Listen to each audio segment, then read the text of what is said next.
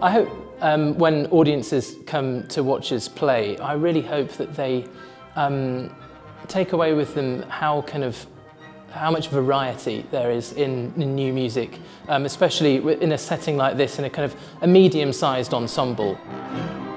I hope a lot of different responses might come out of it. Hopefully they will be enlivened by what they've heard. They'll be impressed by the sound colours that the composers have created. They'll be interested in hearing these pieces again and other new music.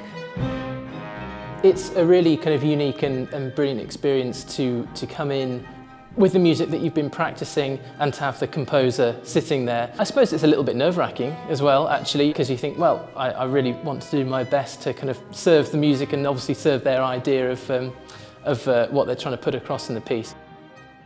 Because a lot of these pieces that we're performing at premieres, you kind of really take ownership of the music. You can really kind of, with the composer's guidance, kind of put your own stamp on the part.